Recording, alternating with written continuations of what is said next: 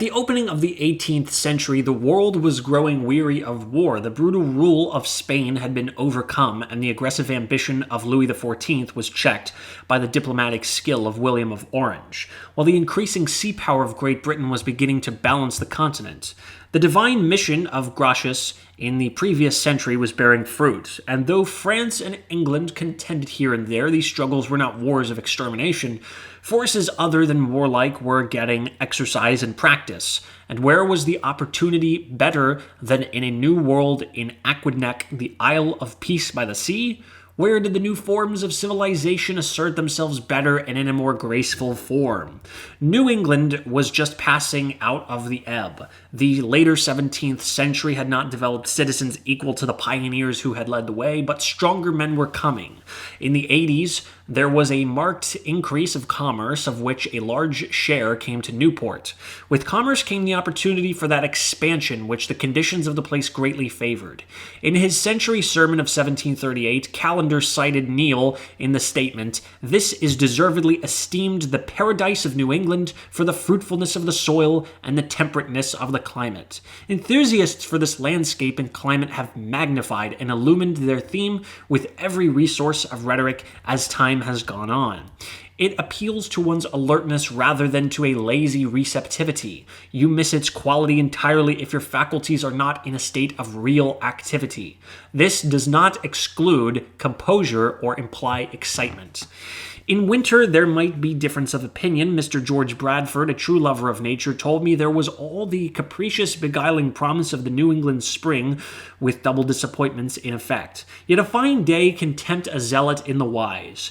The lotus-eating season is over plainly, yet there is the same agreeable absence of demand on any specific energies as in summer. The envelope of color, that delightful garment that Newport never puts off, is as evident to the senses as in midsummer, though more silvery in quality. Richard Greenough claimed it to be the American Venice, according to Dr. Hill. Newport furnished the colony with one of its best governors, Samuel Cranston, an officer who would have been eminent in any country. Chosen in 1698, and at 30 successive elections, he was probably longer in office than any man ever subjected to an annual popular election. It was a season of severe trial when the colony was exploring unknown paths of government, and the executive head was sorely tested. His just views and inflexible firmness kept his constituency well in hand and gave him deserved popularity. In the paper money vexation, he acted as best he could. Towards the opposing religious sects, he was judicial. He did not join or attend meeting with any sect, being, in the words of Dr. Turner, a keep-at-home Protestant, an impartial and good man. In his administration, the colony was threatened at home and abroad. He assured and protected the public weal. In 1708, as he reported to the Board of Trade, the commerce of Newport was growing, and after the Peace of Utrecht in 1713, it increased rapidly. The metropolis of the government then had a population of 2,203, about half as many again as the town of Providence. Conscious enlargement and the spirit of growth records itself in 1712, when John Mumford was ordered to survey the streets and number them. The town had grown to be the admiration of all and was the metropolitan, said the fond record. For the first 3 decades, the expanding community was being prepared for the event which was greatly to affect it, and to influence all New England. Reverend George Berkeley, Dean of Derry, had put forth his Principles of Human Knowledge in 1710. Flippant writers in these 2 centuries have laughed at the transcendent principles of Berkeley, but those laugh best who laugh last. The Dean only held firmly that the universally acknowledged ultimate cause cannot be the empty abstraction called matter.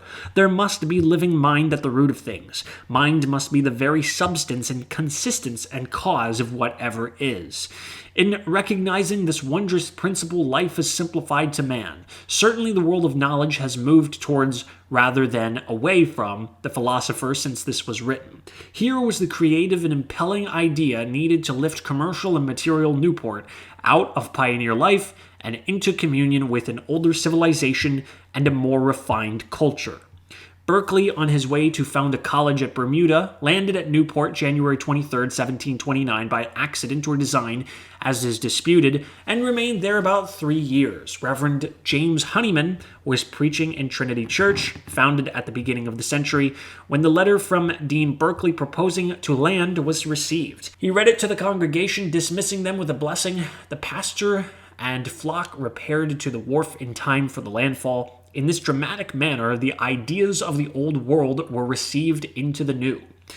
The philosopher confirms all our reports of the beauty and extraordinary progressive character of the place with its 6,000 inhabitants, the most thriving, flourishing place in all America for its bigness. We shall note the sectaries who agreed in a rage for finery, the men in flaming scarlet coats and waistcoats laced and fringed with brightest glaring yellow. The sly Quakers not venturing on these charming coats and waistcoats, yet loving finery, figured away with plate on their sideboards. Graduates from Harvard College were frequent, with an occasional native who had been educated at an English university. The girls were often sent to Boston for their schooling. Dissenters naturally attracted the notice of this good-humored ecclesiast. The inhabitants are of a mixed kind, consisting of many sorts and subdivisions of sects. Here are 4 sorts of Anabaptists, besides Presbyterians, Quakers, Independents, and many of no profession at all. Notwithstanding so many differences, here are fewer quarrels about religion than elsewhere, the people living peaceably with their neighbors of whatever profession. They all agree in one point that the Church of England is second best. This accommodating spirit, noted by the Dean, was enforced in most piquant manner by Captain William Wanton, a Quaker and son of a preacher. He courted Ruth Bryant, the beautiful daughter of a Presbyterian deacon in Scituate, Massachusetts, who would not hear of such laxity in marriage, but the ardent groom solved the difficulty. Ruth, I am sure we were made for each other. Let us break away from this unreasonable bondage. I will give up my religion, and thou shalt give up thine, and we will go to the Church of England and the devil together. Lodowick Updike gives his boyish impression of the liberal dean in Trinity pulpit. All sects rushed to hear him. Even the Quakers, with their broad-brimmed hats, came and stood in the aisles. In one of his sermons, he very emphatically said, "Give the devil his due, John Calvin was a great man." Reverend James McSparran, settled at St. Paul's Church in Narragansett in 1721, was not as tolerant towards the pestilent heresy of the Quakers. He stated that there was no established religion, but the Quakers are, for the most part, the people in power. George Fox came in 1672 on his powerful mission. William Penn said of him that he was civil beyond all forms of breeding. His influence, working on the radical settlers of the island and their descendants, must have had gracious effect. Historians and critics rooted in the established order of the 16th and following centuries, when judging dissent, can only see jangling differences, for they are blindly unconscious of the indestructible elements of beauty growing out of freedom from arbitrary control in religious and social matters.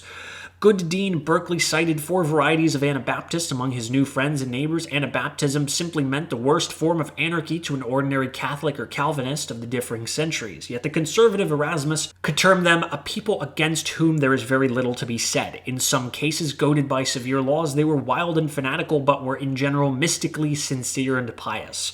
They were not necessarily historical Baptists, though the rite of baptism usually distinguished them. In the great social influences forming the Newport of mid-18th century, the Literary and Philosophical Society with the Redwood Library were powerful factors. The first institution was formed in 1730, some claiming that it was originated by Berkeley. Mr. Mason, a competent and sympathetic authority, says it owed something of its influence to him, we may readily admit.